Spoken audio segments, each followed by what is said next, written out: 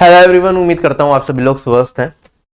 SSC selection post, CPO और CHSL का paper already हो चुका है। अब वेट हम सभी लोग सीएचएसएल की आंसर की ही कर रहे हैं। जैसे आंसर की आ जाएगी उसका एनालिसिस मैं आप लोगों के लिए प्रोवाइड करूंगा। सीएचएसएल के बाद जो हमारा मॉक टेस्ट हुआ वो 9th नंबर का मॉक टेस्ट था, जो हमारी सीरीज चल रही है, जिसमें हम लाइव टेस्ट आप लोगों को प्रोवाइड करा रहे हैं। ऑल ओवर इंडिया से बच्चे देते हैं एक बड़ी संख्या में। और यहाँ पे ये 9 टेस्ट था। ये सारे टेस्ट आप सभी लोगों के लिए फ्री होते हैं। हर संडे को आप ये टेस्ट दे सकते हैं। इसका डिटेल्ड एनालिसिस और मैथ्स का सॉल्यूशन मैं कराऊंगा। बाकी अगर आपने ये टेस्ट दिया है तो आप इस टेस्ट पे ही जाके रिजल्ट्स पे जाएंगे तो आपको डिटेल्ड सॉल्यूशन हर टॉपिक का रिटर्न में मिल जाएगा। और मैथ्स का तो मैं यहाँ पे पूरा आपको कराऊंगा सॉल्यूशन अलग से, वहां पे भी अवेलेबल है, देख सकते हैं। इस मॉक टेस्ट में सेफ स्कोर क्या रहेगा वो हम डिस्कस करेंगे। आपका जो स्कोर है आप कमेंट सेक्शन में कमेंट करके बताइएगा, ठीक है। और चैनल को सब्सक्राइब नहीं किया तो सब्सक्राइब कर लीजिए। फ्री टेस्ट सब कुछ, बहुत सारी चीजें आपको यहाँ पे फ्री प्रोवाइड की जाती हैं। और पेड कोर्सेज तो अलग अवेलेबल होते ही हैं, बट फ्री में भी बहुत चीजें ऐसी होती हैं जो बच्चे की प्रिपरेशन में बहुत मदद करती है। तो आप इसमें ये एक फोल्डर मिलेगा, आरबी की वेबसाइट rblearning.com है, उसमें फ्री टेस्ट पे जाके सीजीएल 2024 लाइव टेस्ट होते हैं, ये फ्री रहते हैं, ये सभी लोगों को देने चाहिए, ठीक है। और साथ ही साथ और भी बहुत सारे फ्री हमने टेस्ट आप लोगों के लिए डाले में, ठीक है। जैसे सीजीएल टीयर 2, सीएचएसएल टीयर 2 को अगर आप टारगेट कर रहे हैं तो मैथ्स के 23 हाई लेवल टेस्ट डाले हुए, लेकिन लेवल बहुत अच्छा है उनका, ठीक है। जिनकी प्रिपरेशन बहुत अच्छी है वही लोग इसे टच करें जो सब कुछ कर चुके हैं। बिगिनर्स बिल्कुल भी छुए ना उसे, ठीक है। और उसके अलावा मंथली करंट अफेयर जो भी हम आपको कराते हैं उसे क्विज फॉर्म में डाला हुआ है। और बाकी जो भी एग्जाम होते रहते हैं उनके पेपर एज अ मॉक हम आपको प्रोवाइड करा देते हैं। सोल्यूशन सबका अवेलेबल नहीं होता है, ठीक है। यहाँ पे आगे बढ़ता हूं मैं। लाइव टेस्ट 9 हुआ था। तो ये जो टेस्ट था ये अब तक का जितने भी हमने टेस्ट कराए हैं उनमें सबसे डिफिकल्ट टेस्ट था, ठीक है। और इसके पीछे रीजन ये था कि अभी आपका सीजीएल सिलेक्शन पोस्ट सीएचएसएल हो गया। या तो आप टारगेट करोगे सीजीएल 2024 को या फिर आप टारगेट करोगे सीएचएसएल 2024 टीयर 2 को। तो सीएचएसएल के बाद सीएचएसएल टीयर 2 को जो लोग टारगेट कर रहे हैं उनके लिए थोड़ा अच्छे लेवल का टेस्ट चाहिए था। अभी हमने टीयर 2 के टेस्ट स्टार्ट नहीं किए तो इसका लेवल ही हमने थोड़ा सा अप कर दिया था, ठीक है। जिससे कि क्योंकि एग्जाम जो टीयर 1 का था टीसीएस ने ही ले लिया इस बार सिलेक्शन पोस्ट सीएचएसएल का, तो उनका तो इजी चल ही रहा था पेपर। तो अब थोड़ा सा हार्ड लेवल के लिए भी आपको रेडी रहना है, तो इसलिए थोड़ा सा अप किया गया था इसका लेवल। और अगर लेवल अब भी आ जाता है तो उसको सबसे बड़ा बेनिफिट आप लोगों को क्या मिलता है, आपको आर्ट ऑफ स्किपिंग यहीं से आता है। जब इजी पेपर होता है तो उसमें क्या ही स्किप करोगे, उसमें सारे करते चले जाते हो। लेकिन जब पेपर मुश्किल आता है तो आपको पता होना चाहिए आपकी अप्रोच क्या होनी चाहिए उस पेपर को सोल्व करने के लिए। तो उसमें मॉडरेट या मॉडरेट से ज्यादा लेवल का जो पेपर होता है वो आपके लिए काफी बेनिफिशियल होता है। और ये जो आर्ट ऑफ स्कीपिंग आप मॉक्स देके सीखते हैं ये आपके एग्जाम में बहुत ज्यादा हेल्प करती है, ठीक है। तो इसी चीज को ध्यान में रखते हुए पेपर का लेवल थोड़ा और टफ बनाया गया। बाकी आगे के जो पेपर्स होंगे वो इससे थोड़े से इजीयर लेवल पे ही रहेंगे, ठीक है। इतना हार्ड लेवल आगे के मॉक्स में नहीं रखेंगे हम। आगे बढ़ता हूं। इस टेस्ट के अंदर आपको जो भी स्कोर आया हो, 2 क्वेश्चंस का जो आंसर था ना वो गलत मार्क दिखा रहा था कुछ टेक्निकल इश्यू की वजह से। तो आपका जो भी स्कोर आया है वो उसमें 5 ऐड कर देना। लेकिन फिलहाल मैं जो आपको एनालिसिस करके दिखाऊंगा वो जो आपका एक्चुअल स्कोर आया था उसके बेसिस पे ही है, ठीक है। तो एक क्वेश्चन तो ट्रिग्नोमेट्री का था जिसका आंसर ऑप्शन नंबर ए था। ऑल्दो डिटेल सॉल्यूशन में भी हमने ऑप्शन नंबर ए ही निकाला हुआ है, लेकिन यहाँ पे गलती से ये वाला मार्क दिखा रहा था। और एक ये इंग्लिश का क्वेश्चन था जिसमें जो एग्जैक्ट आंसर होगा वो डेमोक्रेटाइज्ड होगा और गलती से इसमें ऑर्डिनरी दिखा रहा था, जबकि सॉल्यूशन में सब कुछ ठीक है। तो ये 5 नंबर आप सभी लोग बढ़ा लेना अपने टेस्ट में।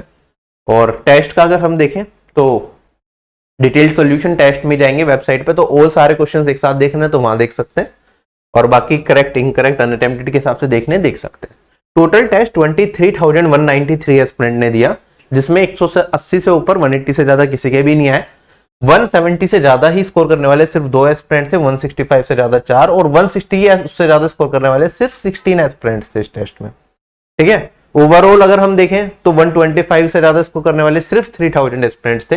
अगर इस टेस्ट का एवरेज में स्कोर देखूं तो ये 94.82 है, और जिसमें मीडियन स्कोर 102 मार्क्स है। और टॉप 15 का अगर मैं निकालूंगा तो एवरेज स्कोर मेरा 164.17 जाएगा। मतलब जो हार्डेस्ट शिफ्ट एग्जाम में आपको मिलेगी, जो सबसे हार्ड शिफ्ट हो सकती है, वो लगभग कुछ इस तरीके से आपको दिख सकती है, ठीक है।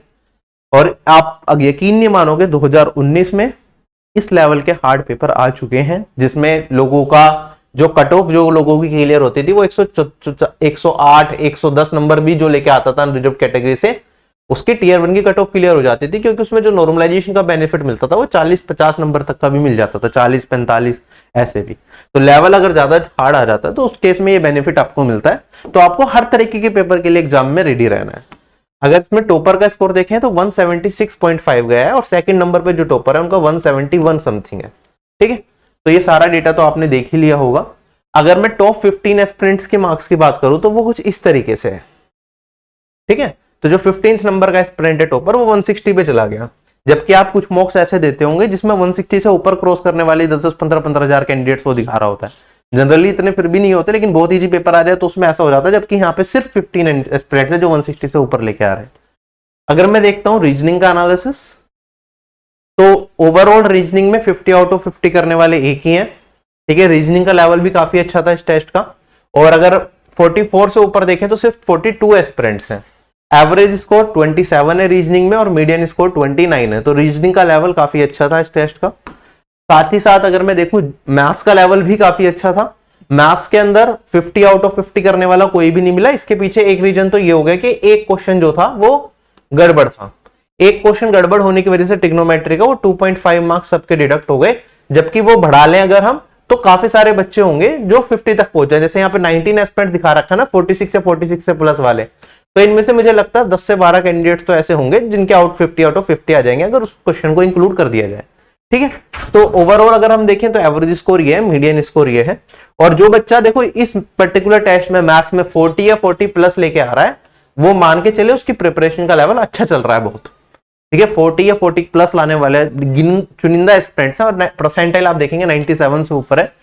और ओवरऑल मैथ्स के पेपर में 5 से 6 क्वेश्चंस काफी अच्छे थे, इसलिए जो जिसकी प्रिपरेशन ठीक ठाक है उसने 20 भी कर दिए तो वो बहुत अच्छा माना जाएगा।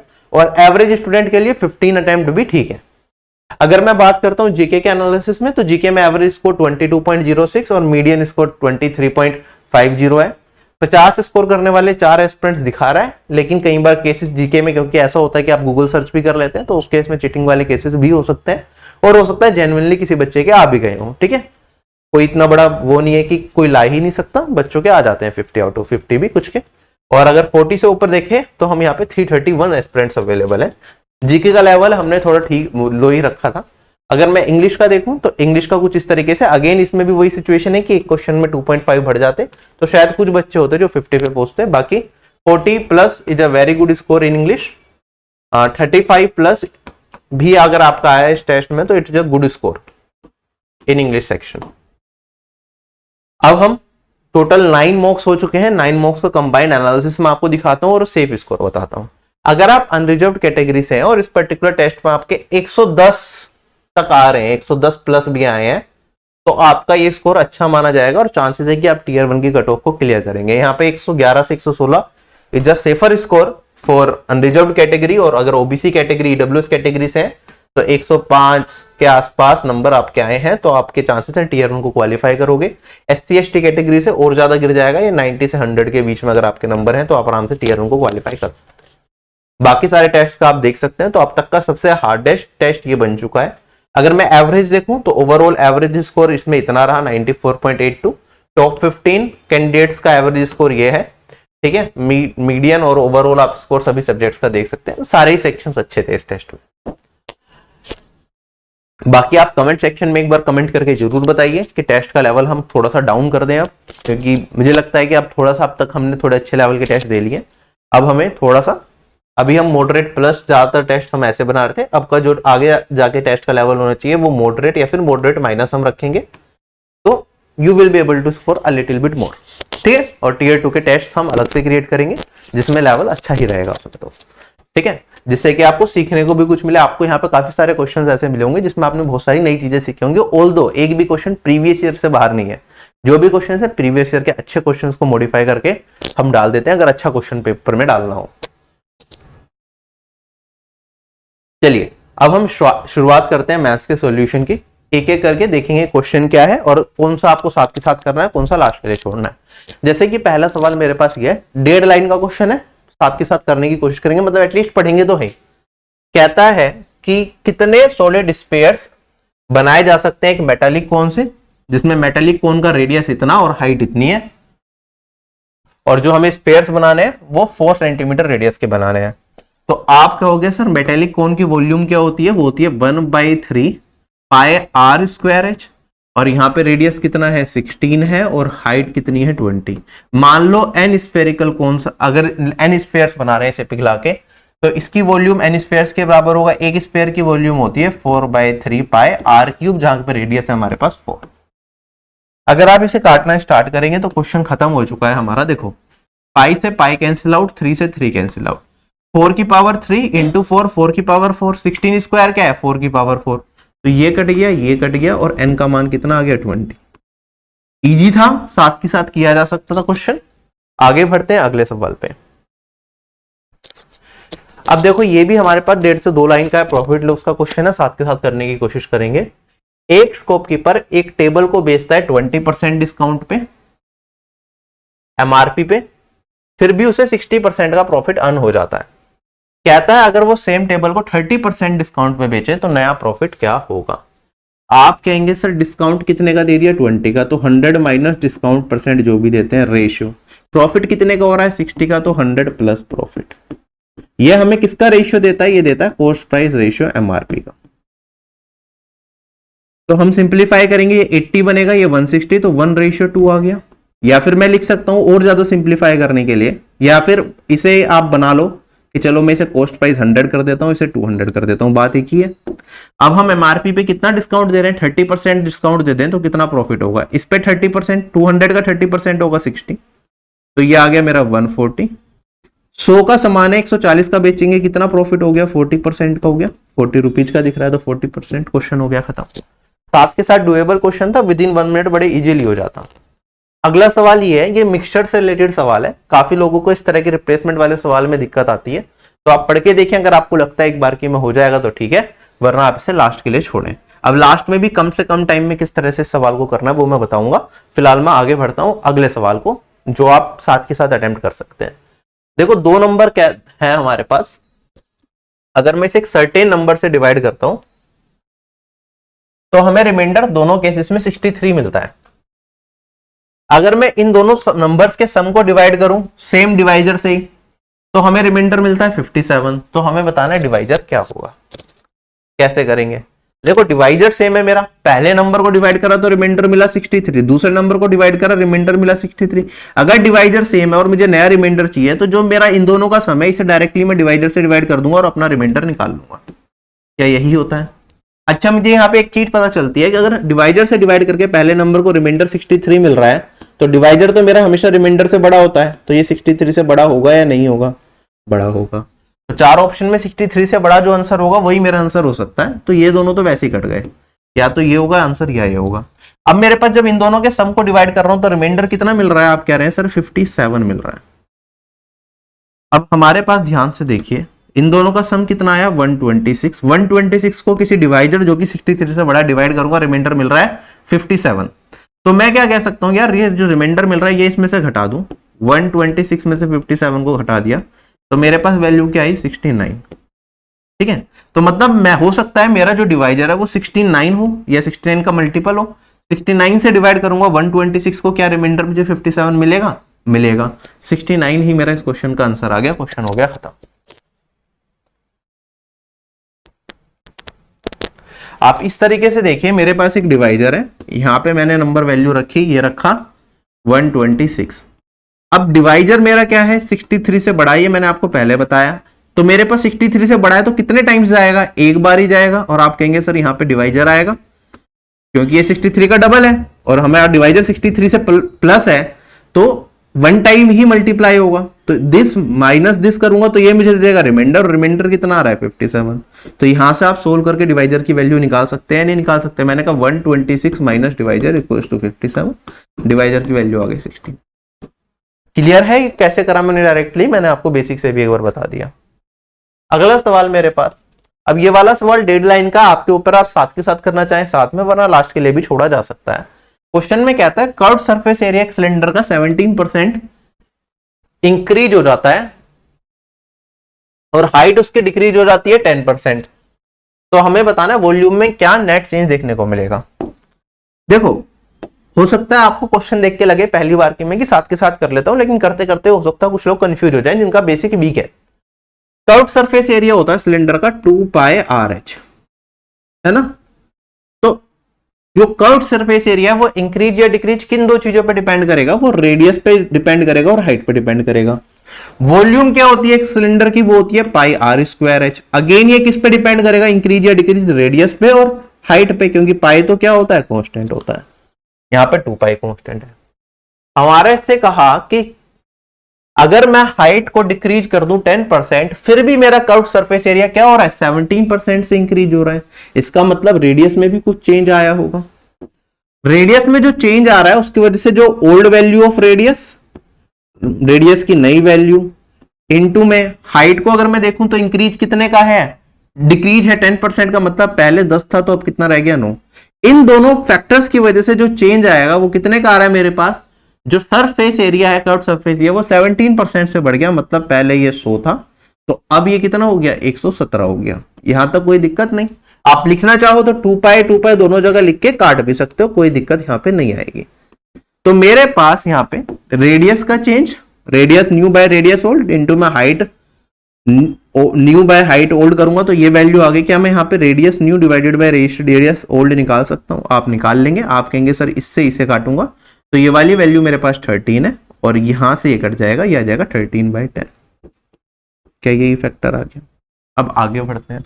अगर मैं वॉल्यूम की बात करूंगा, पाई आर स्क्वायर एच है, तो किस पे डिपेंडेंट होगा, रेडियस ओल्ड रेडियस न्यू के स्क्वायर पे इनटू में हाइट के। तो आप इसे ऐसा लिख सकते हैं sir, radius nu divided by radius old, और जो चेंज है वो यहां पे देखो, radius nu divided by radius old, height nu divided by height old. ये वाले पोर्शन को तो कट ही रहा था, हट गया, तो ये किसके बराबर है, 117/100 के। तो मैं यहां पे डायरेक्टली कह सकता हूं 13/10 इनटू में 117/100। क्या ये मुझे रेशियो दे देगा किसका, वॉल्यूम ओल्ड और वॉल्यूम न्यू, और परसेंटेज इंक्रीज इन वॉल्यूम हम यहां से निकाल सकते हैं। आप इसमें डायरेक्ट मल्टीप्लाई कर दो 117 में 13 से, तो 13 7 जो मेरे पास 91, 9 कैरी फॉरवर्ड, 11 इंटू 13 143 और 9 152 डिवाइडेड बाय 1000। कितने का इंक्रीज आ गया, 521 का, किस पे, 1000 पे। अगर मैं 100 की बात करता तो यहाँ पे एक पॉइंट लगा दो, 52.1, तो मेरे पास वॉल्यूम कितनी इंक्रीज हो गई, 52.1%। क्लियर है सभी लोगों को। तो यहाँ पे आपको 2 स्टेप में क्वेश्चन करना था, तो अपने आप में थोड़ा सा अच्छा सवाल, जिसमें आपका मेहनत थोड़ा सा ज्यादा लगेगा, एक बार की मैं ओरली नहीं कर पाऊंगा। क्लियर है। पहले रेडियस चेंज निकाला, फिर उससे आगे सोल्व करके हमने आगे का पार्ट निकाला। अगला सवाल रेस से रिलेटेड सवाल है। अगेन ये भी एक अच्छा सवाल है हमारे पास। क्वेश्चन में कहता है एक लीनियर रेस है 1500 मीटर की, प्रकाश वेद को बीट करता है 180 मीटर से, वेद बीट करता है राहुल को 280 मीटर से। तो हमें बताना है कितने मीटर से प्रकाश राहुल को बीट करेगा सेम रेस के अंदर। तो अगर हम बात कर लें रेस की, तो मेरे पास प्रकाश है और वेद है। सेम टाइम के अंदर मैंने मान लिया टी टाइम के अंदर प्रकाश अगर कितना चलेगा 1500, तो 180 मीटर से हराएगा वेद को, तो ये चलेंगे मेरे पास यहाँ पे 1320 मीटर। ठीक है। अब आगे दूसरी रेस है, तो मेरे पास यहाँ पे क्या होगा, वेद हराते हैं राहुल को 280 मीटर से, मतलब वेद अगर 1500 मीटर चलेंगे तो राहुल कितना चलेगा मेरे पास, 280 मीटर कम चलेगा, मतलब 1220 मीटर चलेगा। अब हमसे क्या है कि अगर सेम रेस हो जाए 1500 मीटर की, तो प्रकाश राहुल को कितने मीटर से हराएगा। तो अगर मैं देखूं जब प्रकाश 1500 मीटर चल रहा है तो वेद कितना चल रहा है 1320। यहां पे वेद को 1500 की जगह अगर मुझे 1320 चलाना हो तो आप कहेंगे सर डिवाइडेड बाय 1500 इंटू में 1320, यही करना पड़ेगा। इसी तरीके से अगर राहुल को भी मुझे देखना है कि जब वेद 1320 चल रहा है राहुल कितना चलेगा, तो आप कहेंगे सर डिवाइडेड बाय 1500 इंटू में 1320। ये क्या डिस्टेंस आएगा, जब मेरे पास प्रकाश 1500 मीटर चलेगा तो राहुल कितना चल रहा है, यहां से हमें वो आइडिया मिल गया। और उसके बाद इनका जो डिफरेंस होगा वो हमें बताएगा कि प्रकाश वेद को कितने मिनट से हराएगा, राहुल को कितने मीटर से हराएगा। बस इस क्वेश्चन में मुश्किल चीज क्या थी, क्वेश्चन पूरा आसान था, मुश्किल इसमें पार्ट है ये कैलकुलेशन। 122 को आपको 132 से मल्टीप्लाई करना पड़ेगा क्वेश्चन को सिंप्लीफाई करने के लिए। तो फटाफट से कैलकुलेशन देखते हैं हम कैसे कर सकते हैं। देखो 2 जीरो से तो ये 2 जीरो कट गई, अब 15 है, ये भी कोई भी 3 का मल्टीपल मुझे इन दोनों में से दिख नहीं रहा। 3 का मल्टीपल अच्छा ये है, तो है 132 हमारे पास, तो ये बचेगा 5, और अगर मैं 132 को 3 से काट दूंगा तो ये वाली वैल्यू आ जाएगी मेरे पास 44। ठीक। अब इसे भी थोड़ा और सिंप्लीफाई करना चाहो, 5 की कैलकुलेशन को भी और सिंप्लीफाई करना चाहो तो 2 कर सकते हो मल्टीप्लाई, और इसमें भी आप 2 से मल्टीप्लाई कर सकते हो, कोई दिक्कत नहीं। नीचे 10 रह जाएगा तो पॉइंट के बाद एक वैल्यू बचेगी मेरे पास। ये चीज आपको समझ में आई। अब चारों ऑप्शन में देखो यूनिट डिजिट मेरे पास क्या है, डिफरेंट है। डिफरेंट है या नहीं है, बिल्कुल डिफरेंट है। अगर मैं यहाँ पे इस क्वेश्चन को सोल्व करने जाता हूं तो आप कहेंगे सर 2 इंटू 2 4 है, 4 4 जा 16 है, तो पॉइंट के बाद जो वैल्यू आएगी वो 6 आएगी यहाँ पे। और जब मैं उसे 1500 में से घटाऊंगा तो पॉइंट के बाद जो वैल्यू आएगी वो आएगी 4। चारों ऑप्शन में कौन सी वैल्यू पे 4 दे रखा, ऑप्शन नंबर डी पे, तो यही आंसर हो जाएगा। तो कैलकुलेशन को सिंप्लीफाई करना भी आप सीखो ऑप्शन की मदद से, ठीक है। तो इसमें पूरी कैलकुलेशन कराने की मंशा नहीं थी आपसे, आपको बस ये चीज देखनी थी कि पॉइंट के हिसाब से कर सकते हो या नहीं कर सकते हो। दूसरी चीज आपको यहाँ पे ये भी ऑब्जर्व करना है कि अगर आपको कैलकुलेशन करनी भी पड़े तो ब्रेक कर लिया करो। 11 का डिविजिबिलिटी रूल आप सबको पता है, या मल्टीप्लीकेशन रूल भी पता है, तो 11 इंटू 4 में ब्रेक करता। अगर मुझे एक्चुअल कैलकुलेशन करनी होती तो मैं क्या करता, देखो 4 को 2 से मल्टीप्लाई करता 8, 8 को 122 से कर देता, बड़ा सिंप्लीफाइड है। और 11 से किसी भी नंबर को मल्टीप्लाई करना हमारे लिए बहुत आसान होता ही है, ठीक है। चलूं आगे। अब अगला सवाल देखो अलजेब्रा का, साथ की साथ करने वाला सवाल है। x की पावर 4 प्लस 1 अपॉन x की पावर 4 ये दे रखी है, x ग्रेटर देन 0, हमें इसका मान बताना है क्या होगा। इसे पेयर में स्प्लिट कर दो, ये और ये, है ना। अगर x प्लस 1 अपॉन x को v मान लूं तो ये वाली वैल्यू क्या होती है मेरे पास, v, या v क्यूब माइनस 3 v लिख सकते हो, वरना v स्क्वायर माइनस 3, यही वैल्यू होती है। और यहां पे अगर कॉमन ले लूं v को मैं, तो आप कहेंगे सर ये v स्क्वायर माइनस कितना हो जाएगा, क्या यही वैल्यू आ जाएगी सोल्व करके। अब मुझे x प्लस 1 अपॉन x जिसे मैंने v माना है वो निकालना है। x की पावर 4 प्लस 1 अपॉन x की पावर 4 अगर ये है तो प्लस 2 दोनों साइड कर दूं अगर मैं, तो ये x square plus 1 upon x square का होल स्क्वायर बनेगा, जो कि 625 है। तो x square plus 1 upon x square कितना आ गया, 25 आ गया। पॉजिटिव रहेगा क्योंकि दोनों स्क्वायर हैं। अब इसमें फिर से प्लस 2 और इधर भी प्लस 2 कर दूं तो ये 27 आ जाएगा मेरे पास। और x प्लस 1 अपॉन x कितना निकलेगा मेरे पास, प्लस माइनस रूट 27, जिसे मैं 3√3 लिख सकता हूं। क्योंकि x मुझे 0 से बड़ा दे रखा है तो ये भी पॉजिटिव ये भी पॉजिटिव, तो क्या वैल्यू आएगी, सिर्फ प्लस। और अगर ये मेरा v बराबर हो गया इसके, तो पुट कर दो, ये 3√3 है, इसका स्क्वायर करूंगा 27 माइनस 2 दैट इज 25, और आंसर आ गया मेरा 75√3। क्लियर, बताओ। ये 1 मिनट के अंदर डुएबल क्वेश्चन है अलजेब्रा का, बहुत मुश्किल क्वेश्चन में इसे नहीं माना जा सकता, ये एक एवरेज क्वेश्चन है। ये वाला क्वेश्चन भी साथ के साथ करने वाला है। हमारे पास x रुपीज है जो हमने ABCD में इस रेशियो में बांट दिया। जो A और D का शेयर है उसका डिफरेंस ना दे रखा है, तो हमें टोटल अमाउंट x बता दो। जैसे ही आपने ये फ्रैक्शंस देखे तो आप रेशियो अपने आप मन मन में निकालना स्टार्ट कर दोगे कि 5, 2, 3 और 4 का एलसीएम क्या आता है मेरे पास, 60 आता है। तो 60 को सब में मल्टीप्लाई करूंगा तो पहला मेरे पास बचेगा 12, फिर यहां पे बचेगा मेरे पास 30, फिर यहां पे बचेगा मेरे पास 20, और फिर यहां पे बचेगा मेरे पास 15। यही आ गया ABCD भी लिखने की जरूरत नहीं है, आपको पता है सीक्वेंस में चीजें चल रही हैं। A और D का डिफरेंस कितना है, 3 रेशियो। ये किसके बराबर है, ये बराबर है 570 के। तो 1 रेशियो मुझे किसके बराबर दिख गया, 290 के। हमें किसका मान बताना है, इन सब का सम बताना है। तो मेरे पास यहाँ पे 30 और 20 50, 65 और 77, 77 रेशियो का मान बताना। अब देखो एक रेशियो 290 के बराबर है, तो 77 रेशियो इंटू में 290 करना पड़ेगा। अब चारों ऑप्शन देखो, लास्ट में तो 0 है, कोई दिक्कत नहीं है, यूनिट डिजिट डिफरेंट है या नहीं है, तो 9 को 7 से करूंगा तो क्या आता है, 3 आता है। तो ऑप्शन नंबर बी ही करेक्ट होगा, खत्म हो गया क्वेश्चन। कोई कैलकुलेशन आपको इसमें भी नहीं करनी पड़ी। चलो आगे।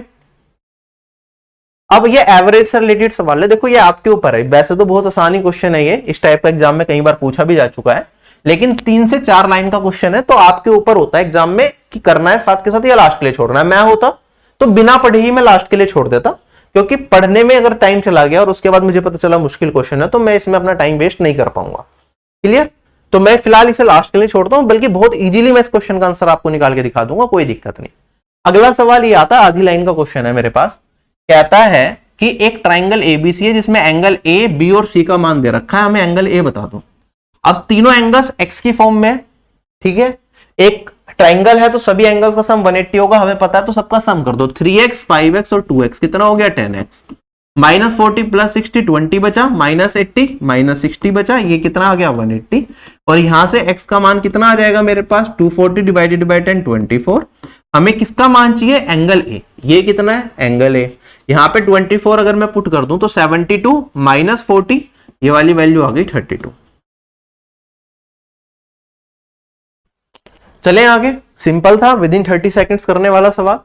अगला सवाल ये है, देखो 2.5 लाइन का सवाल है, तो आपके अगर अरिथमेटिक ठीक है तो आप साथ के साथ पढ़ के करने की कोशिश जरूर करोगे, और अगर नहीं होता तो लास्ट के लिए।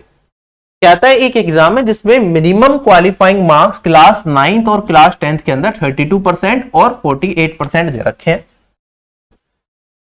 जो टोटल मार्क्स हैं दोनों क्लासेस में वो सेम ही है, ठीक है।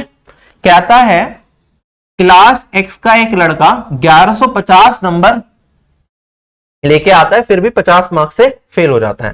क्लास एक्स मतलब क्लास 10th, ठीक है। तो अगर 50 नंबर से फेल हो रहा है 1150 लाने पे, तो अगर इसे 50 नंबर मिल जाते तो पास हो जाता। तो पासिंग मार्क्स कितने हो गए, इसमें 50 जोड़ दो तो ये हो गया 1200। इसमें क्लास 10th में, क्लास 10th में कितने परसेंट पासिंग मार्क्स है, 48%, इसके बराबर।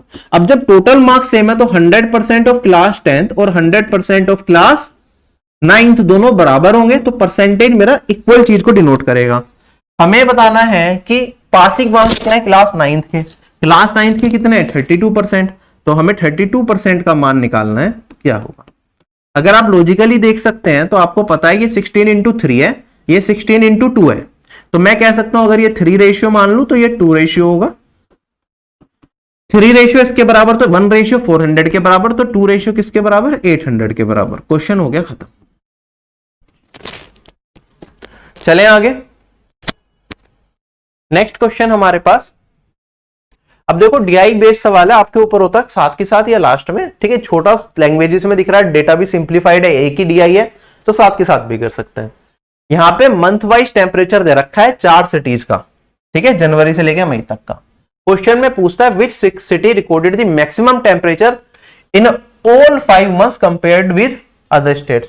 कौन सी सिटी ऐसी है जिसने मैक्सिमम टेम्परेचर रिकॉर्ड करा है चारों महीने, मतलब इन चारों सिटीज में, इन ऑल दी 5 मंथ्स, सभी मंथ्स में मैक्सिमम टेम्परेचर कौन सी सिटी ने रिपोर्ट किया। आप देखेंगे सभी मंथ्स की अगर मैं बात कर रहा हूं तो देखो बेंगलोर, पुणे और कोलकाता से अगर मैंने हैदराबाद को कंपेयर करा तो मुझे दिख रहा है कि हैदराबाद ने यहां पे सबसे ज्यादा टेम्परेचर रिकॉर्ड करा है। और आप देखेंगे इस मंथ में तो है ही हैदराबाद का सबसे ज्यादा, बाकी के सारे मंथ्स में भी अगर आप देखें तो हैदराबाद का सबसे ज्यादा ही चल रहा है, ठीक है। तो इस क्वेश्चन का आंसर हैदराबाद ही होगा, और कोई आंसर हो ही नहीं सकता इस क्वेश्चन का। खत्म हो गया, कोई कैलकुलेशन नहीं करनी पड़ी, विजुअलाइजेशन से पूरा क्वेश्चन किया जाता है, ठीक है।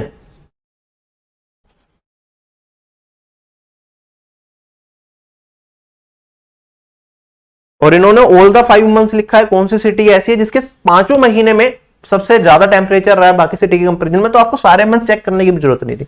अगर आपको एक मंथ में मिल जाता है कि भैया हैदराबाद है जिसने 26 डिग्री जनवरी में ही रिपोर्ट कर लिया, तो इसका मतलब हाईएस्ट यही चल रहा है, तो यही हो सकता है जो सब में हाईएस्ट लेके चले, वरना क्वेश्चन हमारी फ्रेमिंग में थोड़ी गलती हो जाएगी। अदरवाइज फिर हमें उस केस में एक ऑप्शन ये देख सकते थे हम कि सारे टेम्परेचर हम देखते हैं पूरी टेबल में और हाईएस्ट जो वैल्यू होती वो सिटी मेरा आंसर हो सकता था। जैसे यहाँ पे अगर हम देखें तो ये 42 जा रहा है हाईएस्ट टेम्परेचर, तो यही मेरा आंसर बन जाता उस केस में।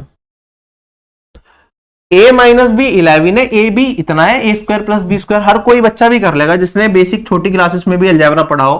क्या आप कहेंगे सर ए स्क्वायर प्लस बी स्क्वायर निकालना है तो इसका स्क्वायर कर दो, ये हो जाएगा A square plus B square minus 2ab, और ये 11 का स्क्वायर 121 के बराबर। ए बी अगर 25 है तो 2ab कितना हो जाएगा मेरे पास 50, क्योंकि ये माइनस का उधर जाके जुड़ जाएगा, तो ए स्क्वायर प्लस बी स्क्वायर कितना आ गया 171।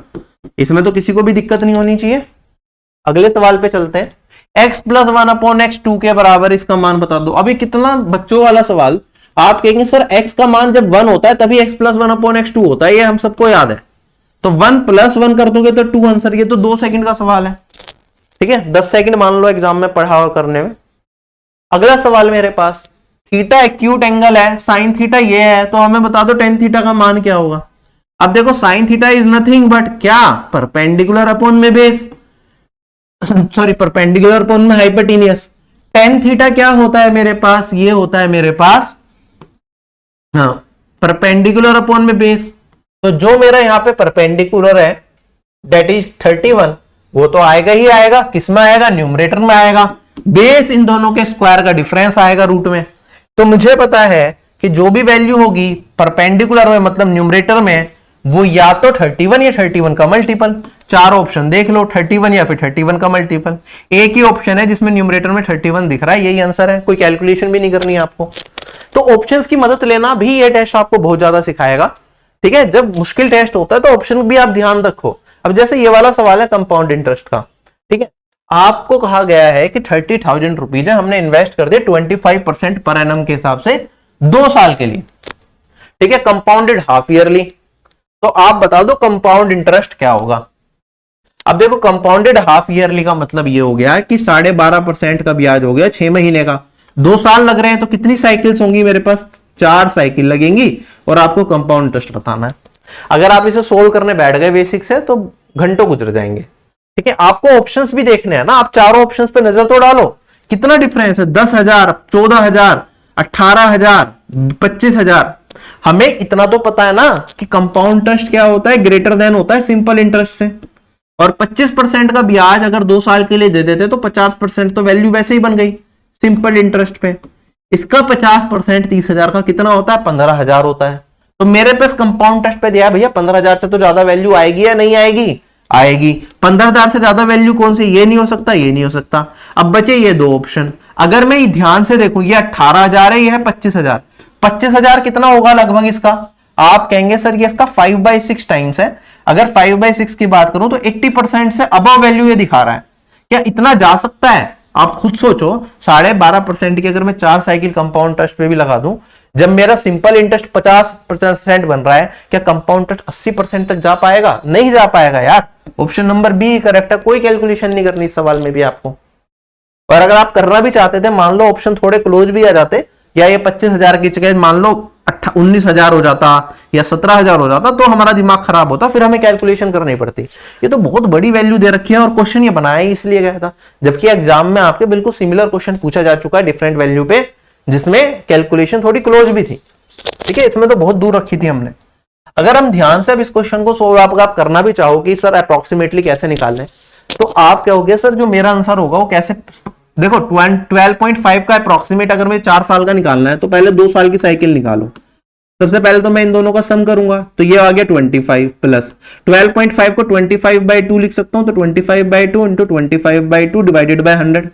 2 साल का कंपाउंड इंटरेस्ट पे, सॉरी 1 साल का कंपाउंड इंटरेस्ट पे इफेक्टिव इतना ही आएगा अगर हाफ ईयरली ब्याज लग रहा है। तो आप देखेंगे ये वाली वैल्यू 625/400 आ गई।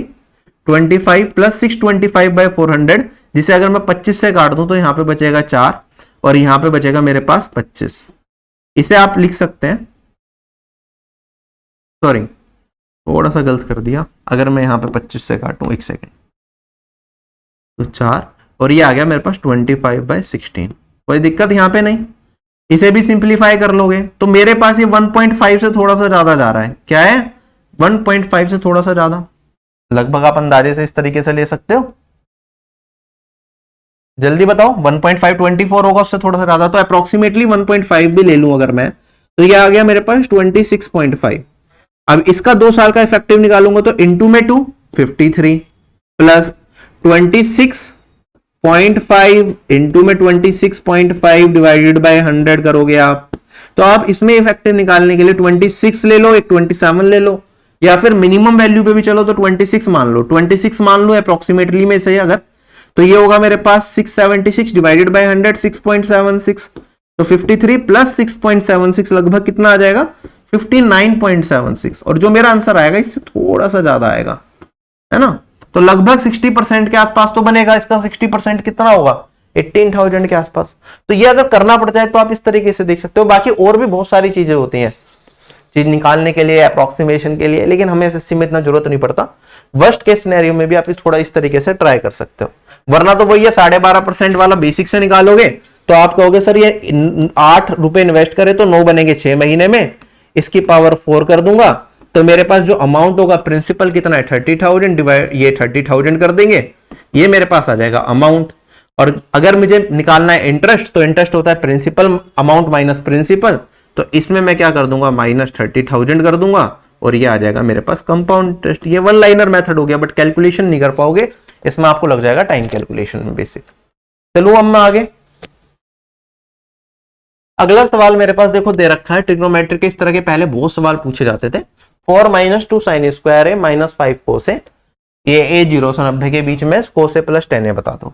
अब आप इसके अंदर किस तरीके से कर सकते हैं, आप कहेंगे सर देखो कोस है खाली दे रखा है तो स्क्वायर है, अब 0 से लेके जनरली हम या तो 0, 30, 45, 60 या 90 रखते हैं, ठीक है। मैं कौन सी ऐसी कोस ए की वैल्यू रखूं कि ये वैल्यू मेरा, क्योंकि रूट में कोई वैल्यू नहीं है, इंटीग्रल वैल्यूज ही रहे, तो आपको उस केस में दिमाग में या तो आपका 0 आता है या फिर 90 आता है, लेकिन एग्जामिनर जब सवाल बनाता है जाता है वो 30, 45 या 60 एक्सपेक्ट करता है, तो आप 60 यहां पे रख के देखते हैं, क्योंकि cos 60 मेरा 1/2 होता है, यहां पे ये रूट में चला जाएगा 1/√2 और यहां पे चला जाएगा ये √3/2, तो कभी भी रूट हट नहीं पाएगा इसमें से पूरे में से, तो मुझे cos 60 के साथ जाना पड़ेगा, पहली अप्रोच यही रहेगी।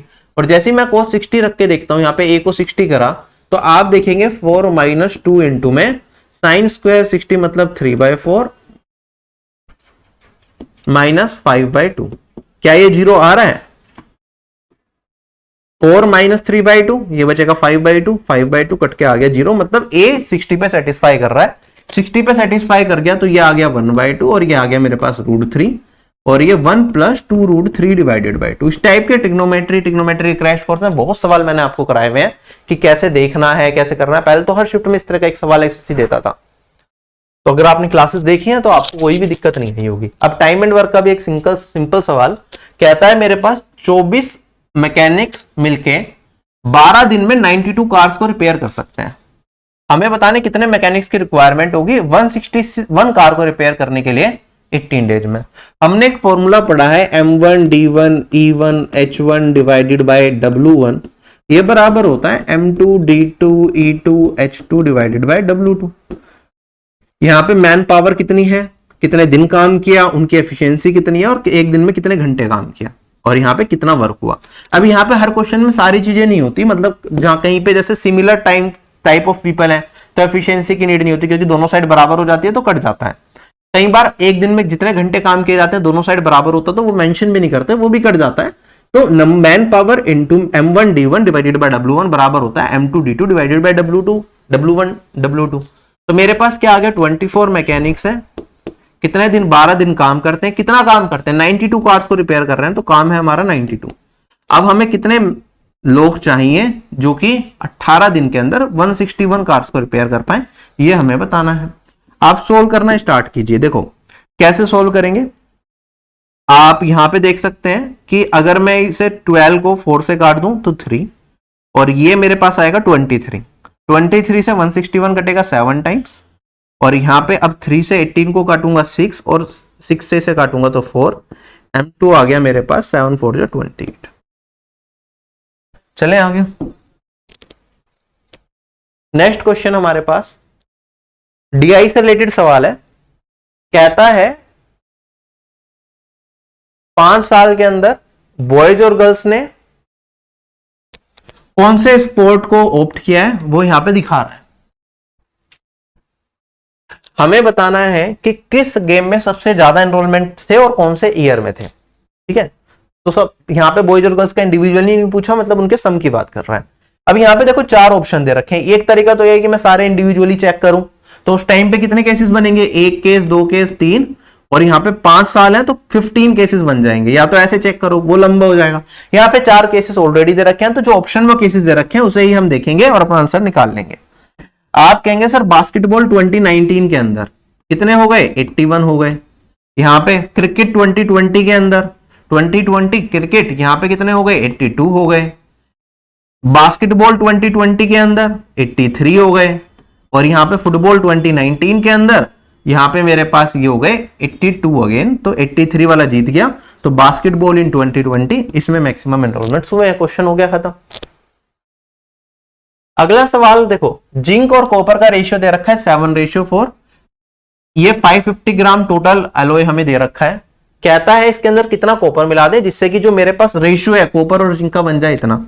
अब देखो ध्यान से, कैच क्या था इस क्वेश्चन के अंदर, छोटा क्वेश्चन है सभी लोग कर लेते हैं, लेकिन यहाँ पे है जिंक और कॉपर और यहाँ पे है कॉपर और जिंक, जिसमें बच्चे फंस गए होंगे।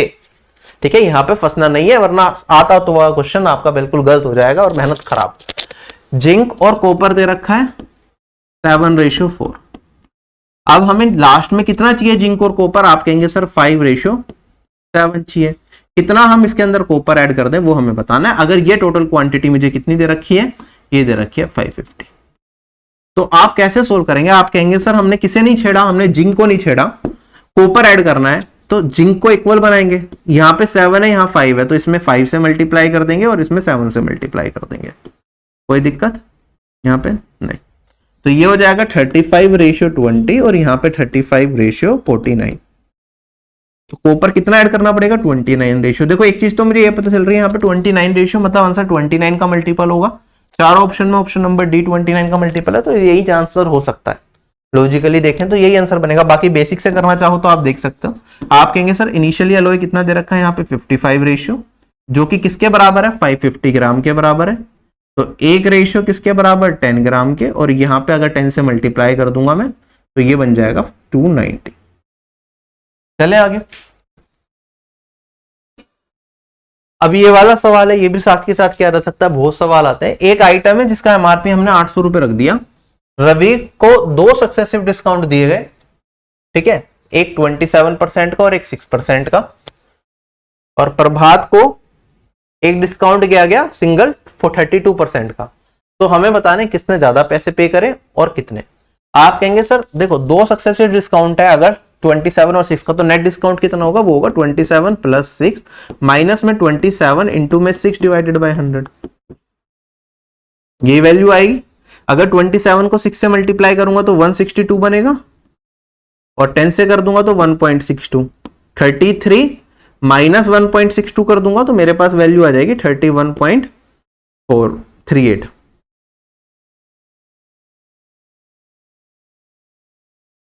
यही होगा मेरे पास। अच्छा, अब आगे बढ़ते हैं। प्रभात को अगर सिंगल डिस्काउंट मिला 32% का, तो इससे ज्यादा डिस्काउंट मिल गया, ये 31.48 है। कितने का गैप आ गया? 0.62 का। 0.62 महंगा मिला। किसे महंगा मिला? रवि को। तो आंसर तो रवि होगा। और 0.62% महंगा मिला, तो 0.62% किसका निकाल लेंगे? एमआरपी का, डेट इज 800। क्या वैल्यू आएगी? 8 इंटू 0.62, 8 2 16, 8 6 48, 49। रवि 4.96। ये मेरा इस क्वेश्चन का आंसर हो जाए। चलें आगे।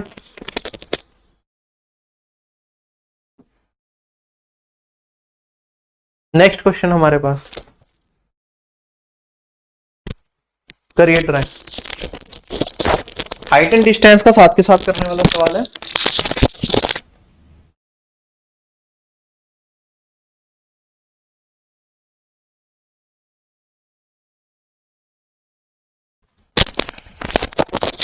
देखो कह रहा है 2 शिप्स हैं,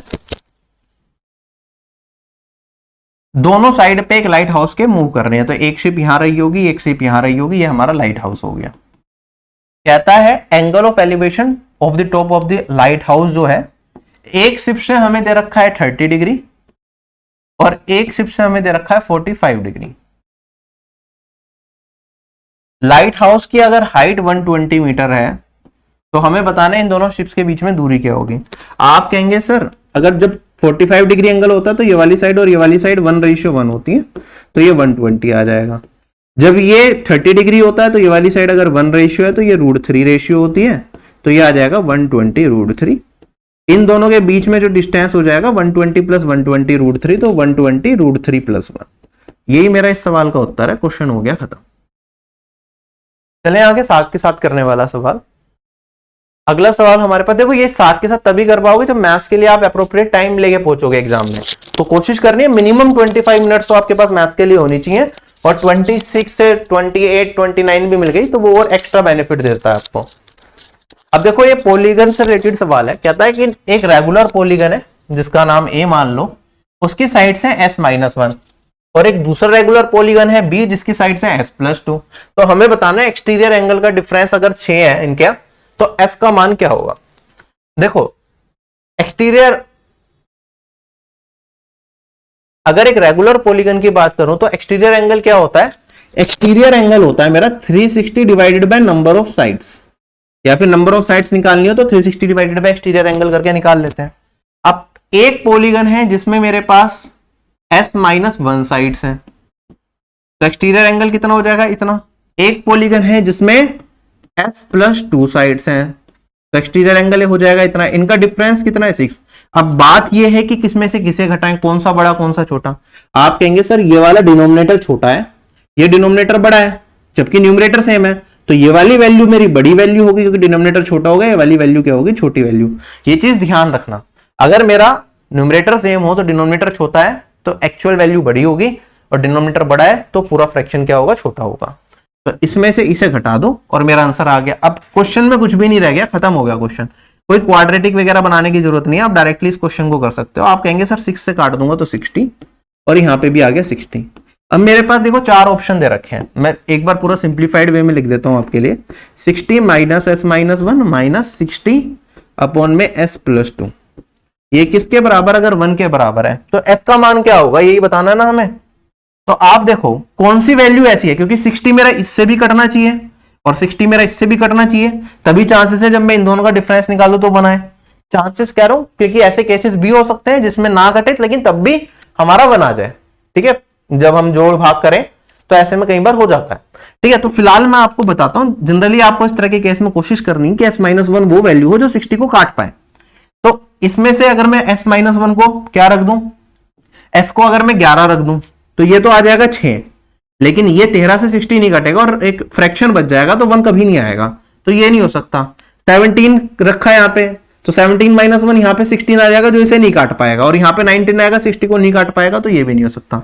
15 रखूंगा तो 14 60 को नहीं काट पाएगा, और 13 रखूंगा अगर मैं, तो अगर ये 13 रख दिया तो वैसे तो यही आंसर होना चाहिए लॉजिकली, क्योंकि ऊपर के तीनों कट गए, वरना 13 माइनस 1 12, 12 को 60 से काटूंगा तो 5, 13 प्लस 2 15, 15 से काटूंगा तो 4, और ये आ गया 1। तो क्या आंसर है, 13 है। खत्म हो गया क्वेश्चन, ठीक है। ऑप्शंस की मदद लेना जरूर सीखो। ये वाला टाइप का सवाल मैं आपको पहले भी करा चुका हूं, मैं फिर से करा दूंगा। सर्कल से रिलेटेड ज्योमेट्री का सवाल है। अगर हम इस तरह के सवाल को देखते हैं तो कहां के लिए छोड़ते हैं, लास्ट के लिए, जब 3 से 4 लाइन का होता है, क्योंकि पढ़ने में, समझने में, करने में टाइम लगेगा, तो ये लास्ट के लिए छोड़ दिया। अब ये वाला क्वेश्चन ऑलरेडी लास्ट में दे रखा है, इतनी बड़ी सिंप्लीफिकेशन है, इस क्वेश्चन को भी क्या छोड़ेंगे, लास्ट के लिए, ऑल्दो हम लास्ट में ही पहुंच चुके हैं।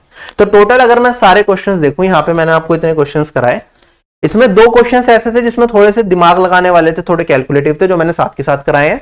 ओवरऑल 1 2, बाकी सारे सवाल इजियर साइड ही थे। और कौन से क्वेश्चन मैंने लास्ट के लिए छोड़े, 3 और 4। टोटल पूरे 25 में से 4 क्वेश्चन मैंने लास्ट के लिए छोड़े।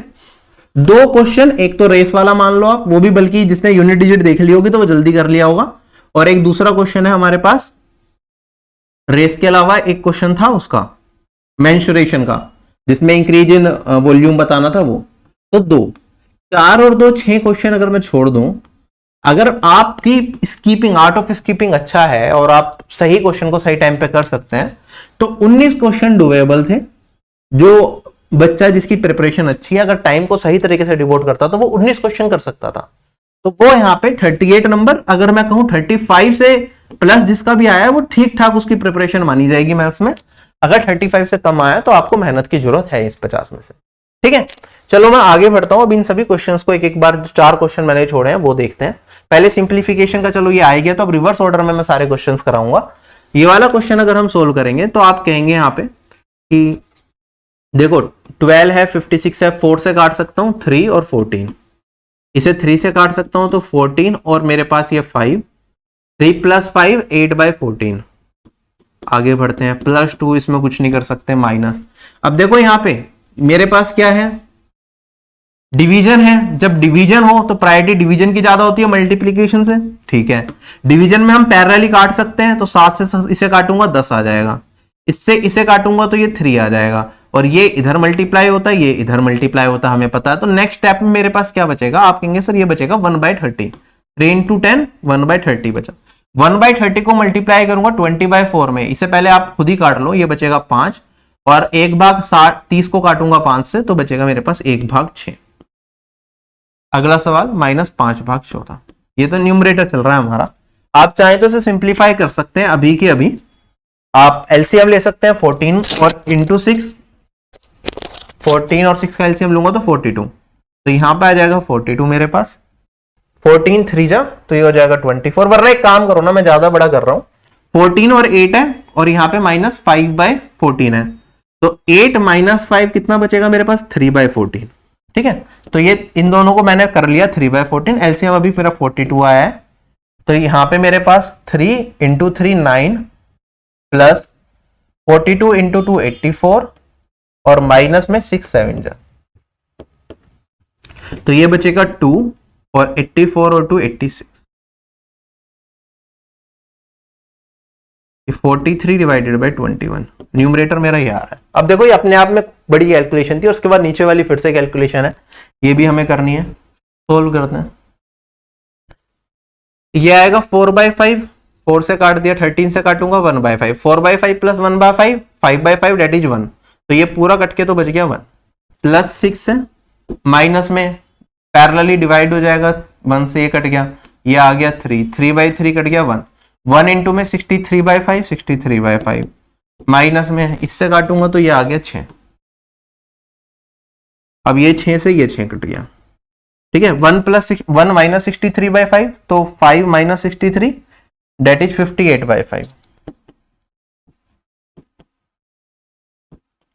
सिंप्लीफाई कर लो अब आप इसे, 5 ऊपर चला जाएगा 43 में, ये माइनस रह जाएगा, तो 205 डिवाइडेड बाय 58 इंटू 21।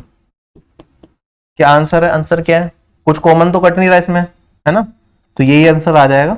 अगर मैं ऑप्शंस देखूं तो 225 नहीं आ सकता न्यूमरेटर में, 215 नहीं आ सकता, वो 215 है, सॉरी है 205 लिख दिया, 215 आ सकता है, 205 नहीं आ सकता, 235 न्यूमरेटर में ये, और यूनिट डिजिट से भी देखूं 8 × 1 8, यही आएगा answer, option number B.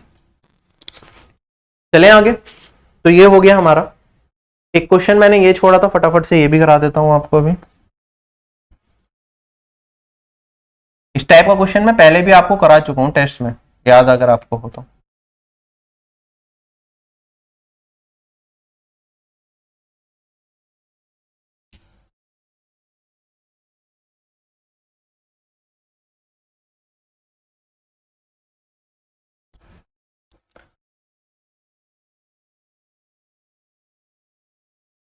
Question में दे रखा है मेरे पास एक सर्कल है, ए बी और बी सी दो कोड है जिनका सेंटर है ओ, तो दो कोड अगर मुझे बनानी है तो मैंने ऐसी अपनी मर्जी से ए बी और बी सी दो कोड बना ली। आगे क्या आता है, एक साइड पे सेंटर के पॉइंट ए और सी को हमने सेंटर से कनेक्ट कर दिया, चलो इसे यहां से जोड़ दिया, इसे यहां से जोड़ दिया। थोड़ा सा मैं सेंटर को अलग कर देता हूं जिससे कि आपको कंफ्यूजन ना हो, एक काम करता हूं सेंटर को यहां मान लेता हूं, ठीक है, just for understanding.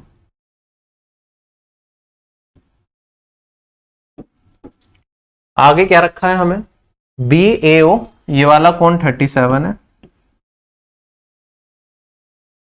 B C ओ ये वाला कोण 46 है। हमें बताना है माइनर आर्क एसी के द्वारा सेंटर पे क्या एंगल बनाया जाएगा। अब हमें नहीं पता माइनर आर्क कौन सी है, माइनर आर्क मेरी ये भी हो सकती है और ये नीचे वाली भी मेरी माइनर आर्क हो सकती है। अभी तो हमने ऐसी रफली डायग्राम बनाया है, माइनर आर्क कुछ भी हो सकती है इनमें से, ठीक है। तो सेंटर पे क्या एंगल बनेगा वो बताना है। सबसे पहले इस तरह के क्वेश्चन की डायरेक्ट ट्रिक भी बताई थी, अभी मैं बेसिक से दोबारा बताता हूँ। ये मुझे पता है रेडियस है, ठीक है, ये भी रेडियस है। अब इसमें अगर मुझे या तो ये वाला एंगल या ये वाला एंगल बताना है तो मैं क्या करूंगा, आप इसे थोड़ी सी कंस्ट्रक्शन कर लो। मैंने इसे यहां से ये मिला दिया, तो क्या ये भी रेडियस होगा। इस वाले ट्राइंगल में देखूं ये 37, ये रेडियस, तो दोनों एंगल बराबर हो जाएंगे 37। ऐसे ये वाली साइड और ये वाली साइड बराबर, तो 46 और ये 37 प्लस 46 कितना आ जाएगा मेरे पास, ये वाली वैल्यू आ जाएगी मेरे पास 83। अगर ये 83 है तो ये वाला एंगल कितना हो जाएगा, इसका डबल। प्रॉपर्टी हमने पढ़ी होती है, सेंटर पे जो एंगल बने वो डबल होता है इस एंगल का। तो ये कितना 83, तो ये वाली वैल्यू आ गई 1। माइनर एक सर्कल के अंदर जो माइनर आर्क होती है, कैसे डिसाइड होता है कौन सी आर्क माइनर है या मेजर आर्क है। अगर सेंटर पे एंगल जो है, ये एंगल अगर 180 से कम है तो ये कहलाएगी माइनर आर्क। अगर 180 से ज्यादा है तो वो आर्क कहलाती है मेरी क्या, मेजर आर्क। और इक्वल हो दोनों आर्क्स तो मतलब वो डायमीटर बन जाता है फिर 180 डिग्री एंगल। तो ये अगर 166 आ रहा है तो एसी माइनर आर्क ये होगी और एंगल आ गया मेरा 166। अगर ये हमारे पास 166 मतलब 180 से ज्यादा आ जाता है ये वाला एंगल, तो उस केस में हमें क्या करना पड़ता, 180 में से घटा के ये वाला एंगल निकालना पड़ता, वो हमारा माइनर आर्क से एंगल बना हुआ होता। हमसे पूछता कि मेजर आर्क क्या एंगल बनाएगी, मेजर आर्क एसी क्या एंगल बनाएगी, तो उस केस में हमारा आंसर होता 180 माइनस 66 इसी क्वेश्चन के अंदर। यहाँ पे माइनर आर्क पूछा तो यही आंसर है। ठीक है, तो आपको ये देखना पड़ेगा। तो प्रीवियस ईयर में आया वो सवाल है, आगे बढ़ते हैं। 2 क्वेश्चन, एक क्वेश्चन हमारा ये था जो रह गया था, कहता है मेरे पास ना 54 इनिंग्स का एवरेज कितना है, 26 दे रखा है। ठीक है, जो मैक्सिमम और मिनिमम वाली इनिंग है उनका डिफरेंस मुझे दे रखा है 120। अगर ये मैक्सिमम और मिनिमम वाली इनिंग हटा दूं तो बची हुई जो 52 इनिंग्स है उनका एवरेज कितना है, 24। ठीक है, ये पहले 54 इनिंग्स थी, अगर मैं 2 इनिंग्स 50 जो 52 इनिंग्स है वो हटा देता हूं इंस्टेड ऑफ दीज 2 इनिंग्स, तो मेरे पास इनका एवरेज था कितना, 24। तो मेरे पास क्या बचेगा, बची हुई 2 इनिंग्स जो ये थी इनका सम आएगा। हमें बताना है कि मैक्सिमम स्कोर उसने कितने करे, मतलब इसका एम का मान निकालना है। कैसे सोल्व करेंगे, अगर मैं डेविएशन से करूं, बेसिक से तो आप सभी लोगों को पता है, आप कहेंगे sir 26 into 54 minus 52 into 24 equal to, ये सम आ जाएगा दोनों इनिंग्स का, ये डिफरेंस दे रखा है, सोल्व करके निकाल लोगे। अब ये कैलकुलेशन कई बार कुछ बच्चों को लेंदी लगती है, तो इसलिए हम डेविएशन यूज कर लेते हैं। अगर मैं डेविएशन कंसेप्ट यूज करूं तो ये एवरेज वैल्यू है, डेविएशन अगर इससे निकालूंगा तो 0 का आएगा और इसमें मेरे पास -2 का डेविएशन आएगा। तो अगर हम देखें यहाँ पे टोटल डेविएशन कितने का है, -52 और -2 इंटू मल्टीप्लाई कर दूंगा तो +104 का डेविएशन आया 2 वैल्यूज पे, इन दोनों पे। ठीक है, इन दोनों की वजह से टोटल डेविएशन कितने का, 104 का। तो इनका सम क्या होगा, मिनिमम और मैक्सिमम वैल्यू का। आप कहेंगे सर जो एवरेज वैल्यू थी उसे 2 से मल्टीप्लाई कर दो और ये डेविएशन को ऐड कर दो, तो ये वैल्यू हो जाएगी मेरे पास 156 मिनिमम प्लस मैक्सिमम। अगर ये 156 है, ये मेरे पास 120 है, तो m निकालना हो तो वो क्या होगा, इन दोनों का एवरेज ही आएगा। तो m की वैल्यू होगी 120 plus 156, 176 divided by 2 that is 138। Solve करके आप निकाल सकते हैं। क्लियर हो गया ये काम। ठीक है, इस तरह से डेविएशन से कर सकते हैं। और ये बस लिख के अगर आपको डेविएशन के क्वेश्चन में इस तरह से लिखना पड़े, इसका मतलब आपकी तैयारी ठीक नहीं है, इसमें टाइम लग रहा है। तो ये तो पूरा टाइम ले गया ना, अगर मैं पूरा ऐसे लिखूंगा। आपको मन मन में करना होता है ये काम, कि आपने कहा सर 54 इनिंग का एवरेज 26 है, 52 इनिंग का कितना है, 24, कितने का गैप आ गया, -2 का गैप आ गया। अगर ये 54 में से इन 52 इनिंग को घटाऊं तो ये -52 मेरा उसमें चला गया, तो डेविएशन कितने का आया, -52 इंटू -2, ये आ गया 104 का डेविएशन। ठीक है, ये प्लस में। तो जो बची हुई 2 इनिंग है उनका सम क्या होगा, आप कहेंगे जो एवरेज था पहले 2 इंटू 26, उसमें इस 104 को जोड़ेंगे तो ये आएगा मेरे पास। एग्जाम में अगर आपको लिखना पड़े इस क्वेश्चन में तो सिर्फ इतना लिखेंगे आप। अगर आपने ये सारी कहानी जो मैंने समझाने के लिए लिखी है लिखनी पड़ गई आपको, तो फायदा नहीं है डेविएशन करने का, फिर तो आप बेसिक से कर लो चाहे। ठीक है, चलो आगे। लास्ट क्वेश्चन हमारे पास, क्वेश्चन में कहता है एक कास्क है जो कि वाइन से भरा हुआ है, मतलब एक कंटेनर है जो कि वाइन से भरा हुआ है। इसमें से हमने पहले 64 लीटर निकाल लिया और इसे वाटर से रिप्लेस कर दिया। अब जो मिक्सचर है उसमें से 32 लीटर निकाला और उसे फिर वाटर से रिप्लेस कर दिया। जो फाइनली वाइन और वाटर का रेशियो बना वो बना 12:13। तो हमें बताना है कि कितनी वाइन इनिशियली इसके अंदर थी। ठीक है, तो जनरली इस तरह के क्वेश्चन को कैसे करते हैं हम। ठीक है, वाइन इनिशियली पूरा कंटेनर मेरा वाइन से भरा हुआ था, तो अगर मैं वाइन का फ्रैक्शन निकालने की कोशिश करूं तो आप कहेंगे सर 1:1 होगा। टोटल कंटेनर के अंदर वाइन कितने परसेंट होगा, 100%, या फिर मैं कहूंगा फ्रैक्शन आया 1:1। अब रिडक्शन किसमें हो रहा है, हम सॉल्यूशन निकाल रहे हैं, रिप्लेस कर रहे हैं वाटर से, तो क्वांटिटी किसकी कम हो रही है, वाइन की कम हो रही है। तो उस केस में क्या करते हैं, अगर मैं इनिशियल क्वांटिटी वाइन की मान लेता हूं, मैं x दिया, कंटेनर की कैपेसिटी मेरे पास x थी, तो इसके अंदर हमने क्या करा, पहले रिप्लेस किया 64 लीटर सॉल्यूशन को। अगर 64 लीटर सॉल्यूशन निकाल रहा हूं तो मेरे पास वाइन कितना बचेगा अब इसके अंदर फ्रैक्शन में, मतलब ये वाइन डिवाइडेड बाय टोटल की मैं बात कर रहा हूं। तो स्टार्टिंग में तो वाइन और टोटल दोनों बराबर थे, तो 1:1 आ गया। अब क्या होगा, हमने 64 लीटर को रिप्लेस करना है, तो वाइन कितना बचेगा, 1 - 64 डिवाइडेड बाय x, यही बचेगा। इस तरीके से करते हैं। अब मेरे पास टोटल वाइन और टोटल का रेशियो ये आ गया। ठीक है, अब हम अगले स्टेप पे क्या कर रहे हैं, हम इसमें से फिर से 32 लीटर निकाल रहे हैं और रिप्लेस कर रहे हैं वाटर से, तो वाइन कितना बचेगा, वाइन रेशियो टोटल, ये अगेन हम 1 - 32 डिवाइडेड बाय x, यही फॉर्मूला होता है, ये कर देंगे। अब मेरे पास जो फाइनली बचा सॉल्यूशन उसमें वाइन और वाटर का है, तो वाइन रेशियो टोटल कितना होगा, 12 प्लस 13 दैट इज 25। अगर मैं इसे थोड़ा सिंप्लीफाई कर दूं तो हम इस तरीके से लिख सकते हैं और मुझे बताना है कि x का मान क्या होगा, इनिशियली टोटल सॉल्यूशन कितना था। अब देखो क्या वैल्यू आएगी मेरे पास। एक तरीका तो है मैं बेसिक से क्वाड्रेटिक इक्वेशन बना के सोल्व करूं, that will be a very long method. हमें यहाँ पे ऑप्शंस की मदद लेनी चाहिए क्वेश्चन को सोल्व करने के लिए। देखो यहाँ पे भी x है, यहाँ पे भी x है, जब मैं सिंप्लीफाई करूंगा तो क्या ये x स्क्वायर बनेगा। यहाँ पे 25 है तो ये मैं कह सकता हूँ ये 5 का स्क्वायर है, तो 5 इंटू 5। तो कहीं ना कहीं जब मैं इसे सिंप्लीफाई करूंगा तो डिनोमिनेटर में मेरे पास क्या बचेगा, एक 5 का फैक्टर बचेगा और इधर भी मोस्ट प्रोबेबली एक 5 का फैक्टर बचेगा। तो हम x की वही वैल्यू रखेंगे जिससे मुझे कुछ इस तरीके के नतीजे देखने को मिले। ठीक है, आप चाहें तो यहाँ पे अपनी मर्जी से मैं तो थोड़ा सिंप्लीफाई कर सकता हूँ, x minus 64 divided by x लिख दिया और यहाँ पे लिख दिया मैंने x minus 32 divided by x equals to 12 by 25 को 5 इंटू 5 लिख सकता हूँ। ठीक है, तो कहीं ना कहीं मुझे यहाँ पे 5 चाहिए, यहाँ पे 5 चाहिए, तो क्या वैल्यू रख सकते हैं हम यहाँ पे x की चार ऑप्शन में से। आप ये देखिए, कहने का मतलब ये है कि 5 तब मिलेगा जब हम इस फ्रैक्शन को देख रहे थे। तो ये 64 से अगर मैं इसे काटूं तो डिनोमिनेटर में 5 मिलना चाहिए। 32 से अगर मैं इस x को काटूं तो डिनोमिनेटर में 5 मिलना चाहिए।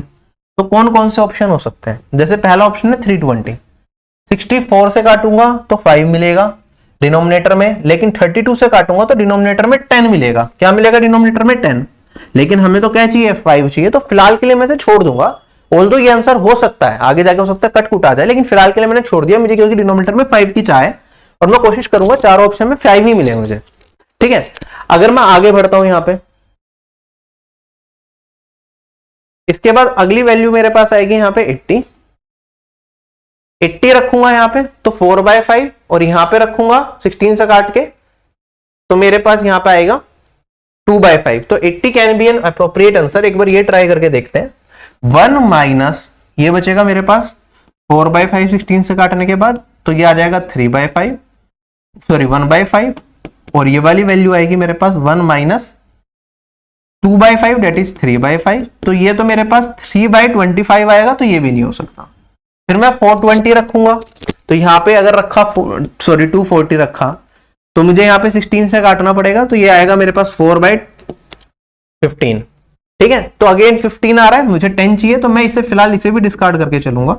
अगला आया मैंने रखा 160, अगर मैं 160 रखता हूं यहाँ पे तो मेरे पास क्या होगा, 16 से काटा तो 1 माइनस 4/10 मतलब 2/5 और यहां पे काटूंगा तो 1 माइनस 1/5, ये वैल्यू क्या देगा मेरे पास 3/5 और ये आ गया मेरे पास 4/5, क्या आ गया 12/5। This is the 12/25, this is correct, ये मेरा आंसर आएगा। अगर ये भी 160 से मेरी बात नहीं बनती तो दोबारा मैं 130 को ट्राई करता और फिर मैं अपने आंसर को निकाल लेता। क्लियर है ये चीज? तो आपको ऑप्शन की मदद लेके यहाँ पे ट्राई करना और अपने आंसर निकालना है। देखो डिनोमिनेटर में हमें क्या चाहिए, कोशिश करो कि एक बार के में लीस्ट फ्रैक्शन हमें मिल जाए। अगर नहीं मिलता है तो कई बार ऐसा भी होता है कि चलो डिनोमिनेटर में हमें 5 चाहिए, 5 की जगह 10 मिल रहा है, आगे जाके हो सकता है कट जाए कहीं तो कुछ और वैल्यू आ जाए मेरे पास। आई होप आपको ये वीडियो पसंद आई होगी, बहुत सारे क्वेश्चंस आपको नए सीखने को मिले होंगे, साथ के साथ जो क्वेश्चन को किस तरीके से एग्जाम में देखना है उसका आपको आइडिया लग गया होगा। बाकी अगर आपको क्लासेस अच्छी लग रही हैं, आपको टेस्ट अच्छे लग रहे हैं तो प्ले स्टोर पे जरूर रिव्यू कीजिए। जिन लोगों को थोड़ा बहुत इशू भी आ रहा है टेस्ट देने में, ठीक है, try to give the test at least. ठीक है, जो भी इश्यूज अगर आपको ज़्यादा लग रहे हैं कि एप्लीकेशन पे टेस्ट देने में बहुत दिक्कतें आ रही हैं तो you can skip as well. ठीक है, you are not bound to give these free test, you are not bound to buy any paid test series of RB. ठीक है, हमारा मकसद सिर्फ इतना सा है कि आपको ज़्यादा से ज़्यादा प्रैक्टिस कंटेंट मिलता रहे। ठीक है, और मैक्सिमम चीज़ें हम कोशिश करते हैं आप लोगों के लिए फ्री ही रहे। ठीक है, तो जैसे अभी सीजीएल टीयर 1 के आपके लिए फ्री टेस्ट लाए जा रहे हैं, आगे जाके हम टीयर 2 के लिए भी अगर सब कुछ अच्छा चला तो टीयर 2 के लिए भी अच्छे अच्छे मॉक्स आप लोगों के लिए लेके आएंगे, जिसमें एनालिसिस मैं खुद कराया करूंगा आपका, जिससे कि आपको कोई भी दिक्कत ना आए।